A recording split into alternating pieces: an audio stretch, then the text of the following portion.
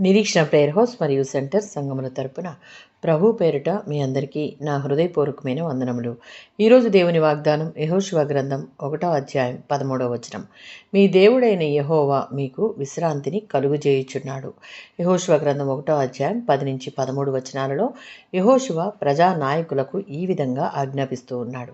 ఇంకా 3 రోజులలో మీరు స్వాధీనపరుచుకున్నటకు మీ దేవుడైన యెహోవా మీకిచ్చుచున్న దేశమునకు చేరుటకు యోర్దాను నది దాటి వెళ్ళాలి. కనుక మీ ఆహారమును సిద్ధపరచుకొనుడి.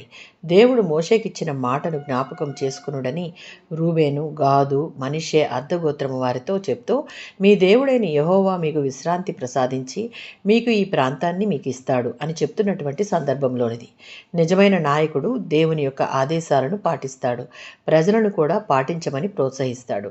యెహోషువ గ్రంథం 22వ అధ్యాయం 1 నుంచి 4 వచనాలలో యెహోషువ ఎక్కడికి నడిపినా వెంబడిస్తానని యోర్దాను నదికి తూర్పు వైపున 2.5 గోత్రాలు అనగా రూబేను, గాదు, మనష్షే అర్థగోత్రపు వారు చేసినటువంటి వాగ్దానాన్ని నెరవేర్పులోనికి తీసుకొచ్చాడు. వారు తమ ప్రమాణం విషయంలో నమ్మకంగా ఉన్నారు కాబట్టి యెహోషువ వారిని తన ఆశీర్వాదంతో ఇంటికి పంపించాడు.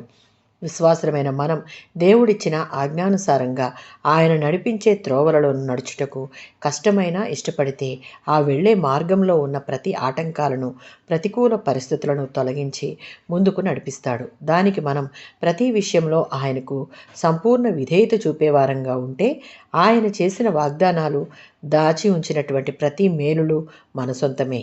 ఆమేన్.